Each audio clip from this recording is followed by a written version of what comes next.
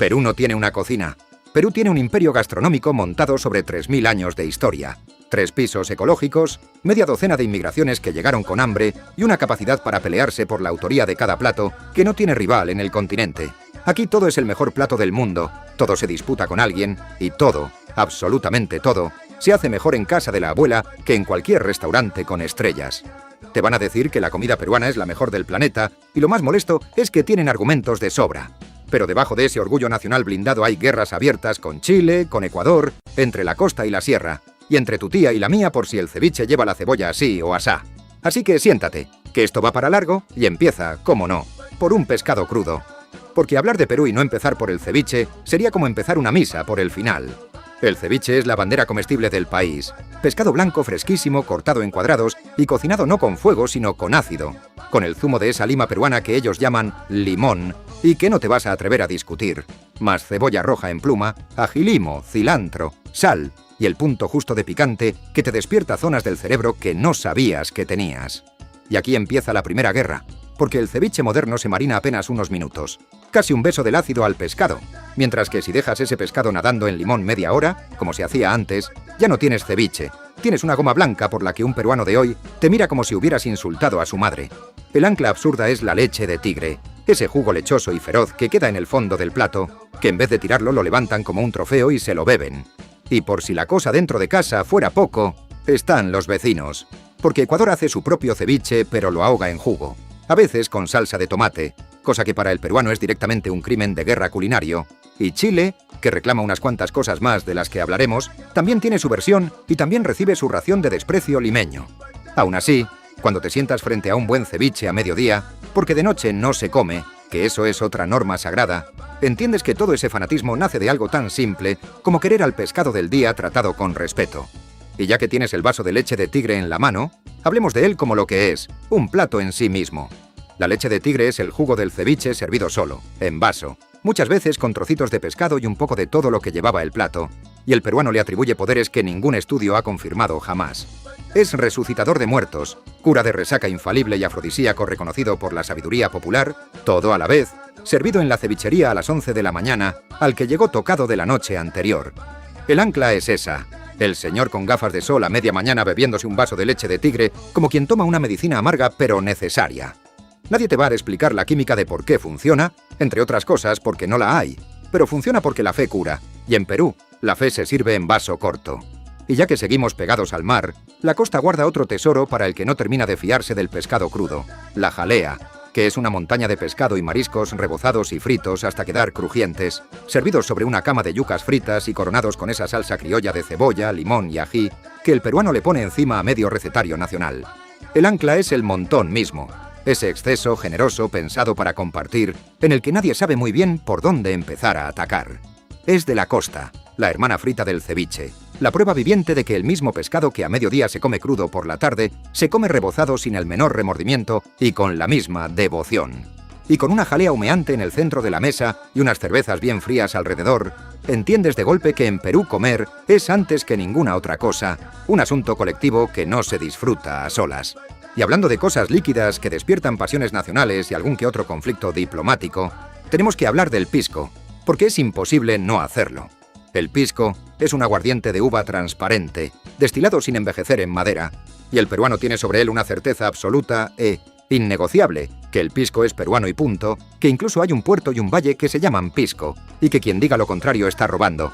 Y quien dice lo contrario, como no, es Chile, que también produce pisco, también lo reclama como suyo, y ha convertido esta disputa en una de las guerras frías más largas y más apasionadas de Sudamérica. Una que se libra en etiquetas, en denominaciones de origen y en discusiones de sobremesa que terminan con alguien levantándose de la mesa. El pisco alcanza su forma más gloriosa en el pisco sour, batido con zumo de limón, jarabe, hielo y clara de huevo, coronado con esa espuma blanca sobre la que se dejan caer unas gotas de amargo de angostura, como quien firma una obra de arte. El ancla es justamente esa clara de huevo montada, ese detalle que separa al pisco sour de verdad del intento triste, y el gesto de las gotitas de amargo dibujadas encima. Y aunque la guerra con Chile no se va a resolver ni en tu vida ni en la mía, lo cierto es que la copa está tan buena que casi entiendes que dos países estén dispuestos a no hablarse por ella. Y de la copa saltamos al wok, porque Perú tiene un secreto que lo cambia todo y se llama chifa. Cuando llegaron los inmigrantes chinos en el siglo XIX, sobre todo cantoneses, trajeron su cocina, su salteado a fuego vivo y su salsa de soja, que en Perú llaman sillao.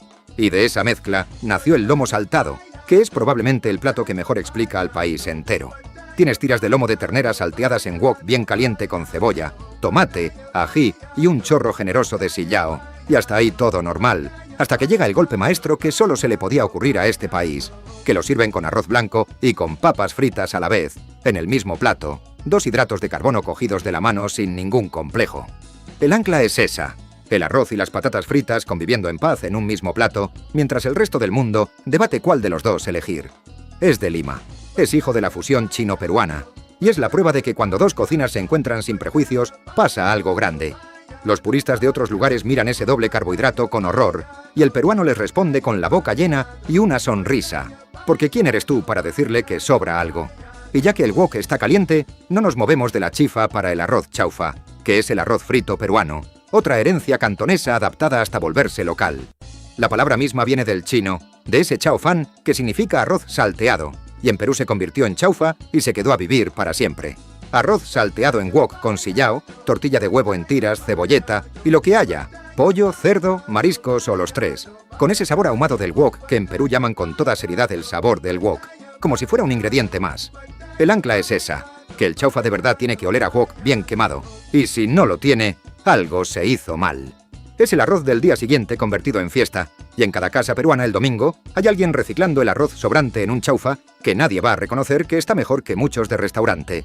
Y si los chinos le dieron a Perú el wok, los italianos, que también llegaron en oleadas a Lima buscando una vida nueva, dejaron su huella en los tallarines verdes, que son la respuesta peruana al pesto genovés, pasada por el filtro local sin ningún pudor. Espaguetis bañados en una salsa verde intensa, hecha de albahaca y espinaca molidas con queso, leche y ese pan o esas galletas que el peruano mete en todo para darle cuerpo, servidos casi siempre junto a un bistec apanado o un trozo de carne. Porque la pasta sola, aquí, se considera poco más que un aperitivo de gente sin hambre. El ancla es ese verde brillante conseguido a base de espinaca cuando la albahaca no llega. Truco de madre que jamás te van a confesar en voz alta. Es de Lima, hijo directo de la inmigración italiana adaptada sin el menor respeto por la receta original de Génova. Y si un italiano lo ve, seguramente le da algo, cosa que al peruano le da exactamente igual, porque lleva comiéndolo desde niño y para él eso es la pasta de verdad, y no hay más que hablar. Y ahí está la gracia de este país entero, que coge la cocina de medio mundo, la sienta a la mesa con arroz o con carne al lado y la convierte en algo que ya solo le pertenece a él. Ahora que hemos entrado en calor y antes de que lleguen los platos más bravos, deja que te pida una cosa con toda la tranquilidad del mundo. Si esta sobremesa te está gustando, dale al like o suscríbete sin presión, como quien deja caer en mitad de la comida que a él el ceviche le gusta con la cebolla bien pochada y se queda mirando fijamente a ver quién de la mesa salta primero. Porque el algoritmo funciona igual que las guerras de receta de este vídeo, a base de fe y de gente dispuesta a defender lo suyo. Y tu suscripción es nuestra manera de ganar la discusión. Y ya seguimos, que todavía nos queda medio país por comernos y aún no hemos subido a la sierra. Volvamos a la cuchara con el ají de gallina, que es el abrazo comestible de la cocina limeña, el plato de consuelo por excelencia. Imagínate una crema espesa, amarilla, hecha con ají amarillo. Esa joya peruana que da color y da un picante afrutado sin agredir. Leche, queso, nueces molidas y pan remojado para espesar. Y dentro pechuga de gallina deshilachada, servido sobre arroz blanco con una papa amarilla al lado y media aceituna y medio huevo duro colocados encima como si fuera obligatorio, que en cierto modo lo es. El ancla es justamente esa aceituna negra y ese huevo duro que coronan el plato con una precisión casi litúrgica. ¿Viene de Lima? Tiene raíces coloniales españolas de esos guisos de pan y almendra, y es lo que una madre peruana te pone cuando has tenido un mal día sin necesidad de preguntarte qué te pasa. Nadie se pelea demasiado por el ají de gallina, y quizá por eso es de los pocos platos que te reconcilian con todo. Y hablando de ají amarillo y de cremas amarillas, no podemos seguir sin la papa a la huancaína, porque Perú y la patata son una historia de amor que empezó hace miles de años.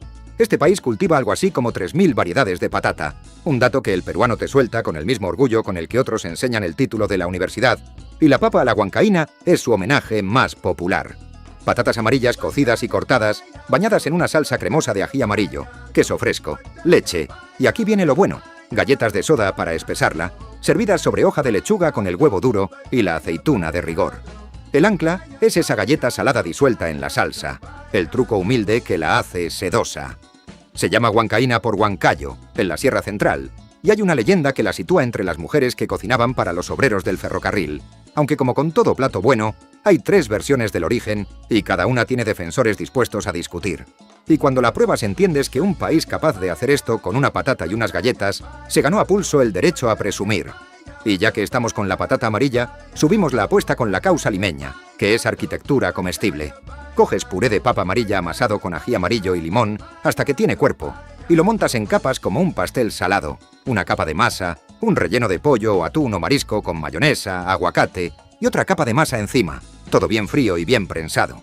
El ancla son esas capas perfectas que se ven al cortar, esa estructura de tarta que hace que un puré de patata parezca alta cocina. Es de Lima, y su nombre tiene una de esas leyendas patrióticas que a los peruanos les encantan, que durante la Guerra de la Independencia se vendía para recaudar fondos y de ahí lo de la causa, aunque también hay quien dice que viene del quechua causai, que es el sustento, la comida. Elige tú la versión que más te guste, porque en Perú el origen de un plato es también un campo de batalla. Y antes de bajar a la calle, subamos un momento al norte, porque el norte peruano cocina distinto y lo sabe perfectamente. Su emblema es el seco de cabrito, un guiso de cabrito tierno cocinado a fuego lento en una salsa espesa de cilantro molido, ají, ajo y un chorro de chicha de jora fermentada hasta que la carne se deshace sola con solo mirarla, servido con frijoles guisados y arroz, porque aquí también el arroz manda. El ancla es el color, ese verde profundo y casi selvático que le da el cilantro triturado a mano en cantidades que asustan al forastero. Es del norte, de Lambayeque y sus alrededores, y el norteño te dirá con toda la seguridad del universo que su cocina es la más sabrosa del país, que la costa norte tiene el mejor cabrito, el mejor pescado y sobre todo la mejor sazón, y lo dirá mirando de reojo a Lima, con esa mezcla exacta de orgullo y pique que ya vas conociendo. Y cuando pruebas un seco bien hecho, con la carne rindiéndose sin resistencia, entiendes que no lo dice del todo sin razón. Y bajemos ahora a la calle, al humo de las brasas de la esquina, porque tenemos que hablar de los anticuchos y de lo que de verdad son, que a los de estómago sensible les va a costar. Los anticuchos son brochetas a la parrilla, sí, pero no de cualquier carne, sino de corazón de res, marinado en ajipanca, vinagre, comino y ajo, ensartado en un palo y asado sobre carbón hasta que se caramelizan los bordes, servido con una papa y un choclo, ese maíz de granos enormes. El ancla es esa, que estás comiendo corazón de vaca en un palo en plena calle y está buenísimo, te guste admitirlo o no. Tiene raíz afroperuana, nació de la población esclavizada que recibía las vísceras que los amos descartaban y las convirtió, a base de ingenio y hambre, en uno de los bocados más queridos del país, y eso conviene decirlo con respeto y no como anécdota graciosa. El ancla social es el carrito anticuchero de la noche, el humo que se huele a una manzana de distancia. Y cuando muerdes el primero entiendes que los mejores platos de casi cualquier país nacieron de aprovechar lo que otros tiraban. Y de la costa y la calle subimos por fin a la sierra, y en concreto a Arequipa, que merece capítulo aparte porque los arequipeños están convencidos de que Arequipa es prácticamente otro país, con su propia bandera, su propio acento y desde luego su propia cocina, que consideran superior a la de Lima con una tranquilidad que saca de quicio a los limeños. Su emblema es el rocoto relleno, un rocoto, que parece un pimiento inofensivo pero pica como una venganza, vaciado y relleno de carne picada, especias, pasas, aceitunas y queso, horneado hasta que se funde, servido con un pastel de patata al lado. El ancla es esa traición cromática, que tiene toda la pinta de un pimiento morrón amable y te arranca la lengua. Es de Arequipa, y forma parte de esa identidad culinaria separatista que hace que un arequipeño te corrija con firmeza si osas confundir su comida con la del resto del país.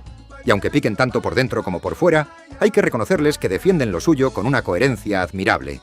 Y ya que estamos en Arequipa, no nos vamos sin el chupe de camarones, que es la sopa que los arequipeños levantan como prueba definitiva de su superioridad. Un caldo espeso y contundente de camarones de río, con leche, patata, arroz, choclo, huevo escalfado y un punto de ají, tan cargado que es plato único y casi experiencia religiosa. El ancla es el huevo escalfado flotando en medio del caldo rojizo como una isla. Es de Arequipa. Se come sobre todo por temporada de camarón, y el arequipeño te dirá que un chupe bien hecho vale por 3 platos de cualquier otro sitio, y después de probarlo, no vas a tener muchas ganas de llevarle la contraria. Y si seguimos subiendo, dejamos las ciudades y llegamos a la tierra, literalmente, con la pachamanca, que no es un plato sino una ceremonia disfrazada de comida.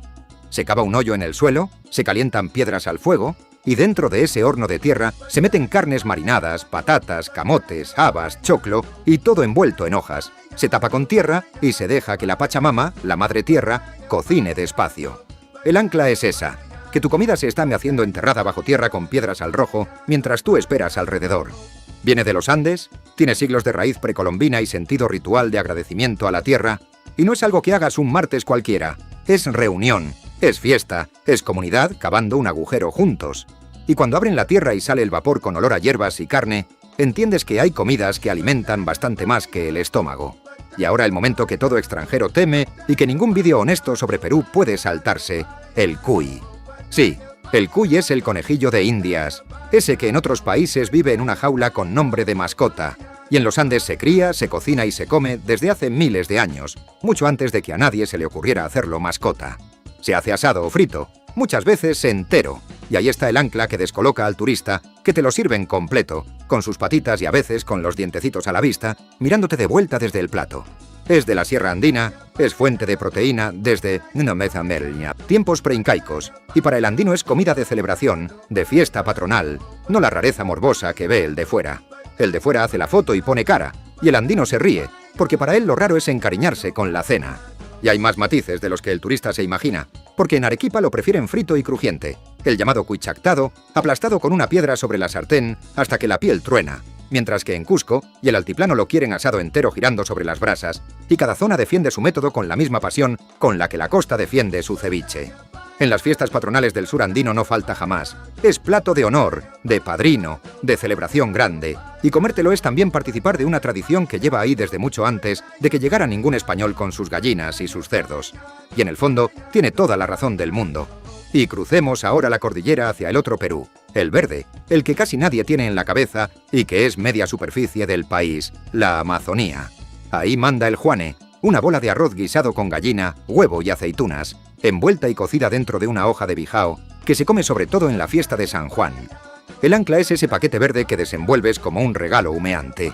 Y a su lado, el tacacho con cecina, plátano verde asado, machacado con manteca y formado en bolas, servido con cecina de cerdo ahumada y salada. El ancla es el plátano machacado que sustituye al pan y a la patata como base de todo en la selva. Ambos son de la Amazonía peruana, esa cocina de río y de selva que Lima tardó siglos en mirar de frente y que reclama, con toda la razón, su sitio en la mesa nacional. Y bajamos de nuevo a lo cotidiano, a lo que de verdad se come un domingo en casi cualquier casa peruana: el pollo a la brasa. Un pollo entero marinado y asado al carbón girando en el rotisero, con la piel crujiente y oscura, servido con papas fritas, ensalada, y esto es lo importante, un arsenal de cremas, la mayonesa, el ají amarillo cremoso y sobre todo esa crema de ají verde picante que provoca guerras familiares por quién se queda el último poquito. El ancla son justamente esas cremas, que para muchos peruanos son la verdadera razón de pedir el pollo. Es de Lima, nació a mediados del siglo XX y se convirtió en el rey silencioso de la comida de todos los días. El plato que une a un país que no se pone de acuerdo en casi nada más. Y aunque no despierta las guerras de autoría del ceviche, tiene su propia polémica sagrada, la de qué pollería de barrio hace el mejor, discusión que no vas a ganar jamás, porque cada uno defiende la pollería de su infancia con la lealtad de un hincha. Y hay reglas no escritas alrededor del pollo a la brasa que el peruano cumple sin pensar, que se come con las manos y sin la menor vergüenza, que el cuarto trasero tiene muchos más defensores que el delantero y que la pregunta de si acompañarlo con ensalada de verdad o directamente con más papas fritas es de esas que dividen a un matrimonio en la mesa un domingo cualquiera.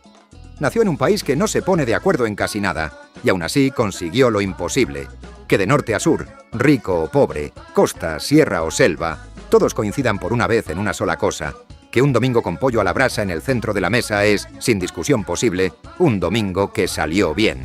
Y como toda sobremesa que se precie, cerramos con el dulce, y aquí hay dos que se lo merecen. Los picarones, esos aros fritos hechos de masa de zapallo y camote, la calabaza y el boniato, servidos calientes y bañados en miel de chancaca, esa panela oscura con especias, que son el heredero criollo de los buñuelos que trajeron los españoles. El ancla es la forma, ese aro irregular hecho a mano goteando miel, vendido en la calle en la noche fría.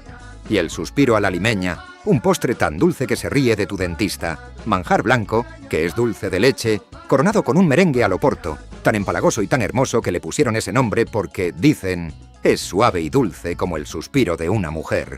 Frase que hoy suena a otra época, pero que se quedó pegada al plato. Ambos son de Lima, de esa repostería criolla que mezcló convento español, ingenio local y muchísimo azúcar. Y si te parecen demasiado dulces, es que no has entendido nada, porque ese es justo el objetivo. Y para bajarlo todo, un último trago, la zapatamara, chicha morada, esa bebida de maíz morado hervido con piña, membrillo, canela y clavo. Dulce, oscura y tan peruana como cualquiera de los platos de esta mesa, prima de la chicha de jora fermentada que ya bebían los incas. El ancla es el color, ese morado imposible que tiñe el vaso y a veces los dientes. Y con ella en la mano se cierra el círculo, porque hasta la bebida de la mesa peruana viene de un maíz que el resto del mundo ni sabe que existe. Y así, plato tras plato, guerra tras guerra, te das cuenta de que la gastronomía peruana no es una unidad orgullosa, sino un montón de cocinas que se disputan el país. La costa contra la sierra contra la selva, Lima contra Arequipa, Perú contra Chile por el pisco y contra Ecuador por el ceviche. Tu tía contra la mía por la cebolla. Y todo, absolutamente todo, nació en el fondo del hambre, del aprovechamiento, del inmigrante que llegó con lo puesto y del que convirtió las sobras en fiesta. Nadie se pone de acuerdo en cómo se hace nada, y todos, cada uno de ellos, están convencidos de tener razón, y quizá por eso comen tan increíblemente bien.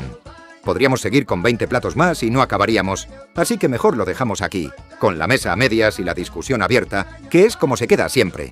Y bueno, esto se come así. Dale al like, suscríbete y que gane tu abuela.